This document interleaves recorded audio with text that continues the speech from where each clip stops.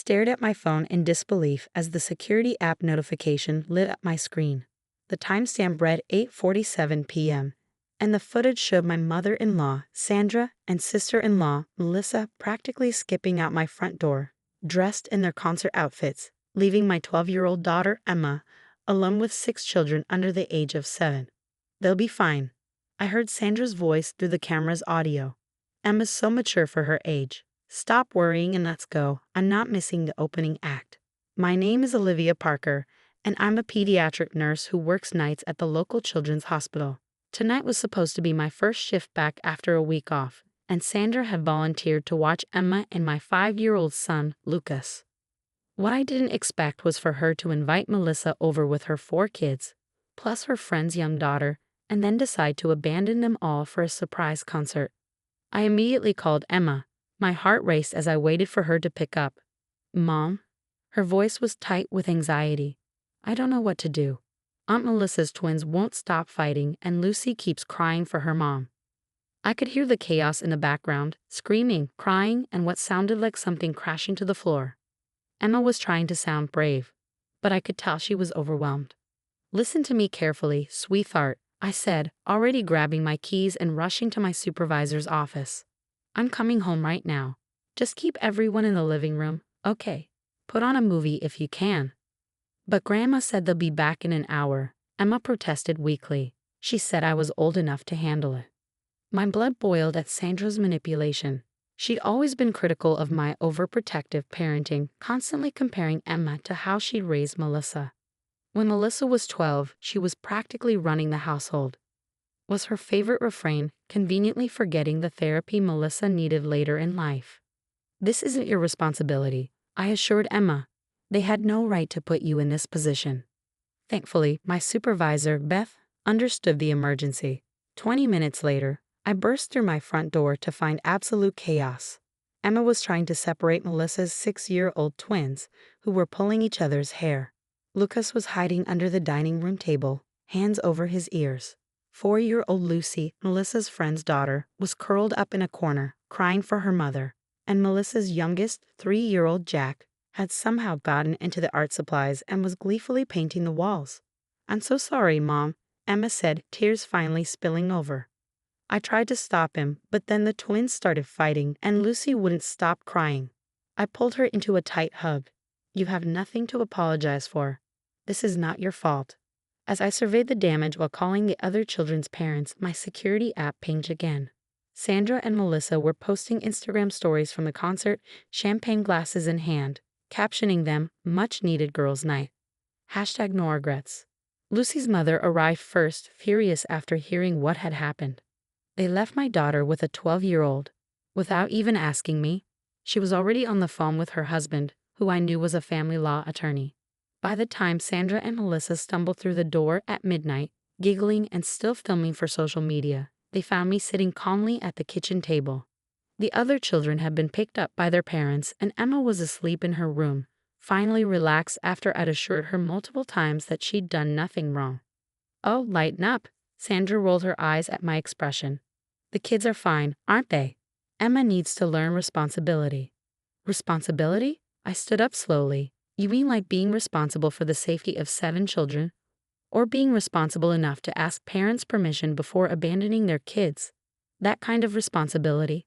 Melissa snorted, still filming. "God, you're so dramatic. This is why Emma's going to grow up sheltered and afraid of everything." I smiled, and they both faltered slightly at my calm demeanor. "You know what's interesting?" I pulled out my phone. "I installed security cameras last week. I have footage of you leaving, footage of everything that happened while you were gone, and all your social media posts from tonight. I wonder what Child Protective Services would think about this situation." The color drained from their faces as the reality of what they'd done began to sink in. But I wasn't finished, not by a long shot. They had no idea what I had planned for them, and by the time I was done, they'd regret ever putting my daughter in that position. The next morning, I received a barrage of texts from Sandra and Melissa, swinging between angry accusations and desperate apologies. "You're completely overreacting," Sandra wrote. "I raised 3 children. I know what I'm doing." Melissa was more direct. "Delete those videos now, or I swear you'll regret it." I ignored them both and focused on Emma, who was still shaken from the previous night. She sat at the breakfast table, pushing her cereal around without eating. "Am I in trouble?" she asked quietly. "Grandma said I should have been able to handle it." I set down my coffee and took her hand. "Listen to me carefully. What they did was wrong. Adults who care about you don't put you in dangerous situations or make you responsible for other people's children. They were supposed to protect you, not use you." My phone buzzed again. This time it was Lucy's father, James Harrison, the attorney. "Would you be willing to meet this morning? There are some things we need to discuss." An hour later, I sat in his office while he reviewed the security footage. His expression grew darker with each passing minute. "This is beyond irresponsible," he said finally. "They left 7 minors, the oldest being 12, without any adult supervision. They were drinking at the concert while responsible for children. They posted evidence of their negligence on social media, and based on the footage, this wasn't a sudden emergency, it was premeditated." "What are my options?" I asked. "Well," he leaned forward, "several of the other parents are considering legal action. But there's something else you should know. Your mother-in-law has been posting about babysitting services on local Facebook groups. She's been charging parents to leave their children with your daughter while she supervises, except, based on the pattern we're seeing, she's not actually supervising." My blood ran cold. "She's been what?" He turned his computer screen to show me multiple posts from Sandra, advertising experienced childcare at reasonable rates. The comments were filled with local parents expressing interest. "She's been using Emma as free labor," I realized, feeling sick, "and profiting from it." "Which is illegal," James confirmed. "Child labor laws exist for a reason." When I returned home, I found Sandra waiting on my doorstep. Her earlier bravado had been replaced by nervous energy. "Let's talk about this reasonably," she began, trying to take control of the situation. "I know you're upset, but you're making a big deal out of nothing. Emma needs to learn.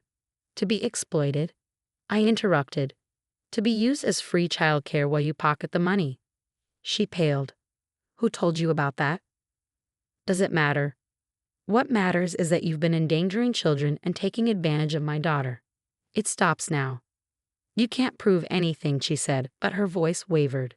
I pulled out my phone and played one of the security clips. In it, Sandra was clearly heard telling Emma that she needed to earn her keep by watching the younger kids while she ran errands. "I have months of footage," I said calmly. "Every time you left her alone with other people's children. Every time you collected money from parents who thought they were paying for adult supervision. Every single incident." "You're going to destroy this family," she hissed. "Over what? A few babysitting jobs. Some harmless fun at a concert?" "No," I replied. "You and Melissa destroyed the trust in this family when you decided my daughter was your personal babysitting service. When you left 7 children alone so you could go drinking. When you prioritized your social media presence over their safety." I stepped closer, my voice low but firm. "You have until tomorrow to contact every parent you've taken money from and return it. You will post a public apology on all the Facebook groups where you advertise your services. And you will never ever put Emma in that position again." "And if I don't?" she challenged, though her confidence was clearly shaken. I smiled.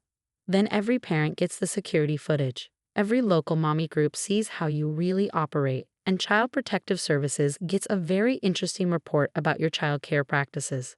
She left without another word. But I knew this wasn't over. Sandra and Melissa had always gotten away with their behavior through manipulation and gaslighting. They wouldn't give up control easily. But this time, I had evidence. This time, I had other parents on my side. And this time, I was ready to protect my daughter, no matter what it took. Sandra and Melissa's retaliation came swiftly. By evening, they had launched a smear campaign on social media, painting me as an unstable, controlling mother who was damaging Emma by being overprotective. "Emma needs strong female role models," Sandra posted, alongside photos of herself with my daughter. "Some people are too paranoid to let children grow and learn responsibility." What they didn't expect was for Lucy's mother, Sarah Harrison, to respond with the security footage from that night. The video of 7 unsupervised children, including a crying toddler and fighting twins. While Sandra and Melissa posted drunk selfies from the concert spread through local parenting groups like wildfire. The comments were brutal. "Who leaves SEVN kids with a 12-year-old? I paid her to watch my kids last month. Was my 6-year-old actually being watched by a child? Someone needs to report this. Melissa tried damage control, claiming the video was taken out of context. But more parents came forward, sharing stories of times they paid Sandra for childcare, only to later discover their children had been left with Emma. My phone rang. It was my husband, Tom, who was away on a business trip.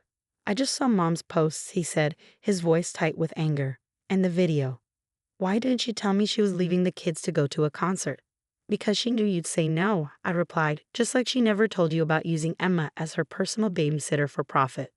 There was a long pause. I'm coming home early. This ends now. The next morning, Sandra and Melissa showed up unannounced, barging in before I could close the door. You've ruined everything, Melissa shrieked, waving her phone. Do you know how many angry messages I'm getting? Parents are demanding refunds. That's what happens when you scam people, I said calmly. Actions have consequences. We didn't scam anyone, Sandra protested. Emma was perfectly capable. She's 12. I cut her off. She's a child, not your employee. And speaking of employment, how much money did you make from all those babysitting jobs? Because the labor board might be interested in that. They both went quiet. In the silence, we heard a car door slam. Tom walked in, his face stormy as he looked at his mother and sister. I've seen everything, he said quietly. The videos, the posts, the babysitting scheme. What were you thinking? Tommy, Sandra started, her voice switching to a wounded tone. Your wife is blowing this out of proportion. You know how dramatic she can be. Stop, Tom's voice was firm. I saw you leave my children alone. I saw you profit from putting my daughter in an impossible situation. No more manipulation, no more excuses. What do you want from us? Melissa asked, finally realizing the gravity of their situation. First, every parent gets refunded, I said. Every single one. Second, you post a public apology admitting what you did. Third, you stay away from Emma unless another adult is present. You can't keep us from seeing her, Sandra protested. Actually, we can, Tom replied, and we will, until you prove you can be trusted, which, right now, seems unlikely. After they left, Emma came downstairs. She'd been listening from her room. Are Grandma and Aunt Melissa going to hate me now? She asked quietly. Tom knelt beside her. No, sweetheart. They're angry because they got caught doing something wrong. None of this is your fault. 3 months later, things had changed dramatically. Sandra and Melissa's reputation in the community was shattered. Several parents had filed complaints about the unauthorized childcare operation, and they had to refund thousands of dollars in babysitting fees. More importantly, Emma was flourishing. Without the pressure of being Sandra's unpaid babysitter, she joined the school drama club and made new friends. She was acting like a 12-year-old should. Sandra still occasionally tried to guilt-trip us through flying monkeys, claiming we destroyed the family. But the security cameras stayed up and the boundaries stayed firm. You know what, Mom? Emma said one evening as we baked cookies together. I used to think I was bad at taking care of kids because I couldn't handle it like Grandma said I should. But now I know it wasn't my job to handle it at all. I hugged her tightly, grateful that she'd learned this lesson now rather than spending years thinking she wasn't good enough. Sometimes the hardest part of being a parent isn't protecting your children from strangers. It's protecting them from family members who think their love gives them the right to cause harm.